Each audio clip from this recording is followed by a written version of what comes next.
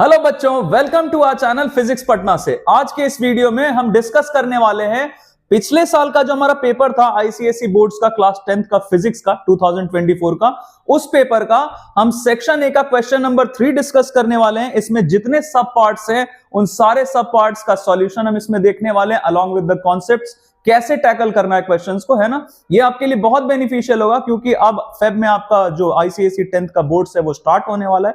तो आइए स्टार्ट करते हैं। ये क्वेश्चन नंबर 3 हमारा, इसका पहला पार्ट देखिए क्या है। In a reading glass what is the position of the object with respect to the convex lens. अब देखिए रीडिंग ग्लास का मतलब क्या, मैग्नीफाइंग ग्लास के जगह पे भी हम ये टर्म यूज करते हैं रीडिंग ग्लास। मतलब कोई लेटर अगर छोटा छोटा लिखा हुआ है या कोई भी ऑब्जेक्ट अगर बहुत टाइनी ऑब्जेक्ट है तो उसको उसका बड़ा इमेज हमें मिले ताकि हम उसको क्लियरली देख पाएं, आसानी से देख पाएं। तो ये इसके लिए हम क्या करते हैं, आपको यहां दिख रहा होगा ये हमने कॉन्वेक्स लेंस यूज किया है। कॉन्वेक्स लेंस ही हमारा मैग्नीफाइंग ग्लास या रीडिंग ग्लास का काम करता है। तो ये हमारा देखिए ऑब्जेक्ट हमने यहां पे रखा है, F1 और O के बीच में रखा है, जिसके वजह से हमारा जो इमेज देखिए यहां से दो लाइट रेज हमने लिया, एक पैरेलल तो ये फोकस से पास कर गया और एक ऑप्टिकल सेंटर के टुवर्ड्स डायरेक्टेड है तो ये सीधा निकल गया, है ना। तो ये देखिए दोनों लाइट रेज डाइवर्ज कर रहे हैं, तो इन दोनों को हमने बैकवर्ड डायरेक्शन में प्रोड्यूस करके यहां पे मीट करवाया है और ये हमारा इमेज बन रहा है यहां पे इसके टॉप का। तो ये टॉप का नाम जनरली हम A देते हैं, तो यहां पे इसका इमेज A' और ये इसका बॉटम है ऑब्जेक्ट का B, तो इसका इमेज हमें यहां पे मिल गया, दैट इज B', है ना। अब इसमें एक चीज नोट आपको ये करना है, देखिए डायग्राम मैंने आपको सिर्फ एक्सप्लेन करने के लिए रखा है, यहां पे आपको ये डायग्राम इसमें बनाने की जरूरत नहीं है। अगर आपको रे डायग्राम का आइडिया है, नॉलेज है, तो आपसे डायरेक्टली थ्योरी क्वेश्चन पूछा गया कहां रखना है, तो आप डायरेक्टली बोले कहां रखना है, between F1 and O, that is first focus and optical centre, है ना। अब इसमें एक चीज मैं आपको और बता दूं, ये जो रे डायग्राम हम बनाते हैं, कभी कभी क्या गलती करते हैं लोग, ये ऐसे दिखा देते हैं इमेज को। तो इमेज जब भी ऐसा सॉलिड दिखता है ना, मतलब वो रियल इमेज है, एक्चुअल इंटरसेक्शन से बना है। और जब भी वर्चुअल इमेज हमें मिलता है तो हम ये डॉटेड दिखाते हैं, जैसा इसमें दिख रहा होगा आपको, ये वर्चुअल इमेज है, एक्चुअल इंटरसेक्शन से नहीं बन रहा, हमने प्रोड्यूस करके इसको मीट करवाया, तो it should be dotted always. और वर्चुअल इमेज हमेशा इरेक्ट होता है, सीधा होता है, इसलिए आपको ये एरो ऊपर दिख रहा होगा, है ना, ये एरो ऊपर है। अब आइए दूसरा पार्ट इसका क्या है, Why can we not use concave lens for the same purpose? Concave lens क्यों नहीं यूज कर सकते हैं, क्योंकि इसका काम क्या है रीडिंग ग्लास का, कि ये छोटे छोटे ऑब्जेक्ट को भी मैग्नीफाई करके दिखाए, बड़ा करके दिखाए, जैसा हमें इसमें दिख रहा है ऑब्जेक्ट से बड़ा है इमेज। लेकिन कॉन्केव लेंस में हमें हमेशा डिमिनिश्ड इमेज मिलता है, कभी भी ऑब्जेक्ट के जितने साइज का भी नहीं मिलता है, बड़ा तो दूर की बात है। तो कॉन्केव लेंस में हमेशा डिमिनिश्ड इमेज हमें मिलता है, जिसके वजह से हम कॉन्केव लेंस को एज अ मैग्नीफाइंग ग्लास या रीडिंग ग्लास यूज नहीं कर सकते, है ना। आइए दूसरे क्वेश्चन की तरफ बढ़ते हैं। ये हमारा न्यूमेरिकल है एक छोटा सा, जिसमें क्या गिवन है, एक फ्यूज है। फ्यूज का काम आपको पता है, सेफ्टी डिवाइस है जो अप्लायंस को या सर्किट को डैमेज होने से बचाता है ना। उसका रेटिंग दिया हुआ है 5 एम्पियर, मतलब उस फ्यूज से मैक्सिमम कितना करंट फ्लो कर सकता है, 5 एम्पियर का।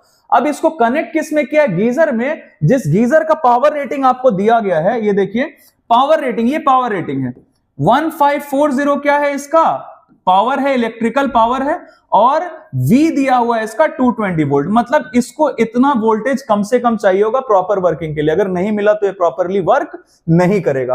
अब देखिए इन दोनों चीजों के हेल्प से, पावर रेटिंग के हेल्प से हम ये पता कर सकते हैं कि इस अप्लायंस को, इस गीजर को कितना करंट चाहिए होगा प्रॉपर वर्किंग के लिए, है ना।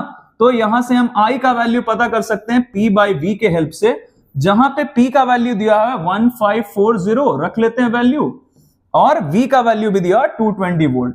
तो अगर इसको हम सॉल्व कर ले तो यहां से हमें I का वैल्यू पता चल जाएगा। I कितना है, I है, ये हम सॉल्व कर लेते हैं, 0 0 कैंसल्ड आउट हो जाएगा, इट विल बी 154/22। तो देखिए दोनों चीज ऐसा यूनिट में था, तो हमारा करंट भी ऐसा यूनिट में एम्पियर में आएगा। ये आप सॉल्व करेंगे तो ये 11 से 14 और ये 2 टाइम्स में, मतलब हमारा करंट का वैल्यू कितना आ गया, 7 एम्पियर। अब देखिए इस गीजर को कितना करंट चाहिए, 7 एम्पियर का करंट चाहिए, जबकि ये जो फ्यूज हम इसमें कनेक्ट करने वाले वो सिर्फ अपने से कितना करंट फ्लो करने देगा, एट मोस्ट 5 एम्पियर। तो ऑब्वियसली ये फ्यूज हम इसके साथ यूज नहीं कर सकते हैं, क्योंकि इसको करंट चाहिए 7 एम्पियर का, और फ्यूज तो 5 एम्पियर से ज्यादा करंट देगा ही नहीं। उससे ज्यादा करंट अगर फ्लो करेगा फ्यूज से तो फ्यूज खुद ही खराब हो जाएगा, डैमेज हो जाएगा। तो हमारा आंसर क्या होगा इसमें, नो। और ये रहा हमारा रीजन, हम इसमें बता सकते हैं कि the fuse will allow maximum current of 5 ampere to flow through it, whereas the appliance, the geyser requires 7 ampere of current, है ना। आइए आगे बढ़ते हैं। नेक्स्ट क्वेश्चन है हमारा, ये देखिए, state two factors affecting the speed of rotation of coil in a DC motor. तो इसके लिए हमने एक छोटा सा यहां डायग्राम रखा हुआ है डीसी मोटर का। ये है हमारा डीसी मोटर, जिसमें ये ABCD आपको दिख रहा होगा, ये आर्मेचर कॉइल है, यही रोटेट करेगा। और अगल बगल में हमारा हॉर्सशू मैग्नेट है, इलेक्ट्रोमैग्नेट, नॉर्थ पोल और साउथ पोल, है ना।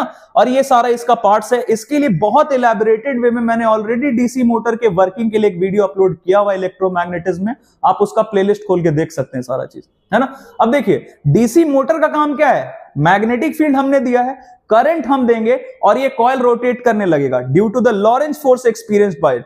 तो ये एग्जैक्टली होता क्या है, इसमें स्पीड ऑफ रोटेशन अगर बढ़ाना है तो हम सिर्फ ये देख लेते हैं कि हमने इसमें यूज क्या क्या किया है मोटर में, उसी से हमें पता चल जाएगी कौन कौन सा चीज अगर हम बदलें तो स्पीड ऑफ रोटेशन बदला जा सकता है, बढ़ाया जा सकता है। जैसे सबसे पहला चीज तो हम करंट दे रहे हैं, तो अगर हम करंट का स्ट्रेंथ बढ़ा दें, करंट का स्ट्रेंथ बढ़ा दें, तो फिर ये जो हमारा स्पीड ऑफ रोटेशन है कॉइल का वो बढ़ जाएगा। तो हमारा पहला फैक्टर क्या हो गया, करंट। तो हम ऐसे लिख सकते हैं कि स्पीड ऑफ रोटेशन जो है हमारा कॉइल का, स्पीड ऑफ रोटेशन कॉइल का वो डायरेक्टली प्रोपोर्शनल होगा किसके, मैं यहां पे लिख देता हूं ये चीज, ये डायरेक्टली प्रोपोर्शनल हो जाएगा किसके, करंट के। मतलब ज्यादा करंट अगर देंगे तो स्पीड ऑफ रोटेशन भी बढ़ जाएगा।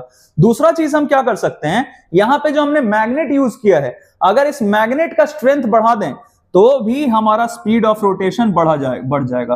तो हम ऐसे लिख देते हैं directly, strength of magnetic field. वैसे इसके लिए हम सिंबल भी यूज करते हैं, स्ट्रेंथ ऑफ मैग्नेटिक फील्ड, है ना। तो स्ट्रेंथ ऑफ मैग्नेटिक फील्ड के लिए हम एक सिंबल यूज करते हैं, that is capital B।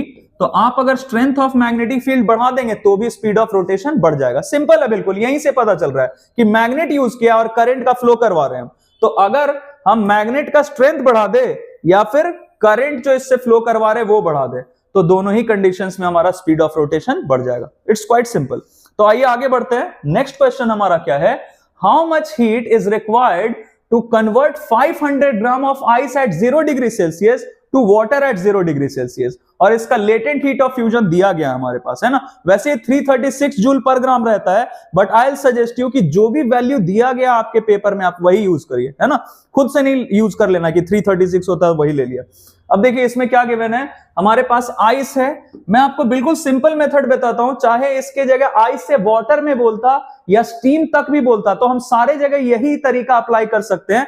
Ice कितने पे है, 0 डिग्री सेल्सियस पे, इसको चेंज किस में करवाना है, वाटर में एट 0 डिग्री सेल्सियस। तो जैसा आपको पता है चेंज ऑफ फेज जब भी होता है तो टेम्परेचर कांस्टेंट, और इस कंडीशन में जितना हीट एनर्जी अब्सॉर्ब करना हुआ या लूज करना हुआ तो उसके लिए हमारे पास फॉर्मूला क्या होता है, Q is heat that is equal to M into L। M क्या है, मास ऑफ आइस जो वाटर में चेंज होने वाला, L क्या है यहाँ पे, latent heat of fusion of ice. तो हम यहां से क्या कर सकते हैं, देखिए कितना हीट इसको रिक्वायर्ड होगा, तो Q equal M into L। M के जगह 500 ग्राम आपको दिख रहा है ना, तो M के जगह 500 ग्राम लिख लेते हैं। और L का value specific latent heat of fusion of ice मतलब मेल्टिंग ऑफ आइस, तो दैट इज 330 जूल पर ग्राम। अब देखिए यहां किसी चीज को कन्वर्ट करने का जरूरत नहीं पड़ेगा, क्यों, क्योंकि यहां पे मास भी ग्राम में दिया गया है और ये जो हमारा specific latent heat of fusion of ice है इसमें भी क्या दिख रहा है, जूल पर ग्राम। वही अगर यहां पे ये केजी में रहता तो यहां पे भी हमें इसे जूल पर केजी में कन्वर्ट करना पड़ता, या अगर ये जैसे ये जूल पर केजी में रहता तो इसको 1000 से डिवाइड करके केजी में कन्वर्ट करना पड़ता। ये ध्यान रखना होगा, है ना। एनर्जी ये जितने भी यूनिट्स हैं सब सेम में रहने चाहिए सिस्टम में, SI या CGS। अब देखिए ये यहां से हमें दिख रहा है कि 3 0 तो हो गया, और ये 165 इंटू 10 टू द पावर 3 हम ऐसे लिख सकते हैं। इतना जूल लगेगा आइस को मेल्ट करने में, वाटर में चेंज होने में इतना जूल ऑफ हीट लग जाएगा, है ना। तो इट इज क्वाइट सिंपल। ये हमारा लास्ट ईयर का पेपर है, ऐसे ऐसे क्वेश्चंस आए थे, तो आपको अंदाजा लग रहा होगा कि हम जो तैयारी आपने किया है वो सफिशिएंट है। हो सकता है बहुत अच्छा तैयारी आपका हो, अगर नहीं हो तो ये सारा हेल्पफुल है हमारा, हम बहुत अच्छे से अपना प्रिपरेशन कर सकते हैं, है ना। अब देखिए नेक्स्ट क्वेश्चन हमारा क्या है, ये रेडियो एक्टिविटी का क्वेश्चन है, बहुत फ्रिक्वेंटली ये पूछा जाता है कि यहां से इसमें हमने क्या किया, एक स्लो न्यूट्रॉन से यूरेनियम के न्यूक्लियस को बॉम्बार्ड करवाया, मतलब स्ट्राइक करवाया। तो ये हमारा रिएक्शन है जिसको हम न्यूक्लियर फिजन बोलते हैं। तो इसको बैलेंस करने बोला गया है। तो देखिए क्या कर सकते हैं, जैसे यहां 92 + 0, तो इसका जो ये है चार्ज है, एटॉमिक नंबर हम बोल सकते हैं, ये तो बैलेंस्ड है। लेकिन इधर देखिए ये 56, इधर ये 3 इंटू 0 क्या हो जाएगा 0, मतलब चार्ज बैलेंस्ड नहीं है। तो इधर हमें कितना चाहिए होगा, ये बैलेंस करना है। तो 56 में कितना ऐड करेगी 92 है, तो हम यहां माइनस कर लेते हैं 92 माइनस 56, तो दैट विल बी 36 है ना। तो हमें यहाँ पे कितना चाहिए होगा 36 चाहिए होगा। तो मैं यहाँ पे इसका वैल्यू लिख देता हूं 36 है ना। थोड़ा क्लियरली नीचे लिख देते हैं, थोड़ा क्लियर दिखेगा 36 है ना। और दूसरा चीज क्या बैलेंस करना है, देखिए फिल इन द ब्लैंक दिया हुआ यहां पे। अब इसका एटॉमिक नंबर तो दिया हुआ है, मास नंबर चाहिए। तो यहां से देखिए 235 प्लस 1 दैट इज 236। और यहां पे देखिए ये 92 है, ये 92 है, इसका मास नंबर 92 है। और यहां 3 न्यूट्रॉन है, तो 3, एक का है 1 AMU, तो 3 इंटू 1 3, मतलब कितना हो गया 95। तो 95 तो है इधर, और ये बेरियम का कितना होगा, तो वो 236 में से हम माइनस कर लेंगे। मतलब दोनों तरफ जो एटॉमिक नंबर है या मास नंबर है, it should be balance, conserved रहना चाहिए। तो उधर 236 था और इधर सारा ऐड करके आया हमारे पास 95, तो माइनस कर देते हैं। तो ये दिख रहा होगा आपको, ये कितना हो जाएगा 141 है ना। तो ये हमारा यहां पे लिख लेते हैं 141 हो जाएगा इसका मास नंबर। आई होप मैंने जितना आपको इस वीडियो में बताया ये आपको अच्छा लगा हो, इससे आपको कुछ मदद मिला हो। अगर ऐसा है please do like our video and subscribe our channel also. और ये बाकी बच्चों से भी शेयर करिए ताकि उनको भी इसका बेनिफिट मिल सके, है ना। Thank you very much and keep watching.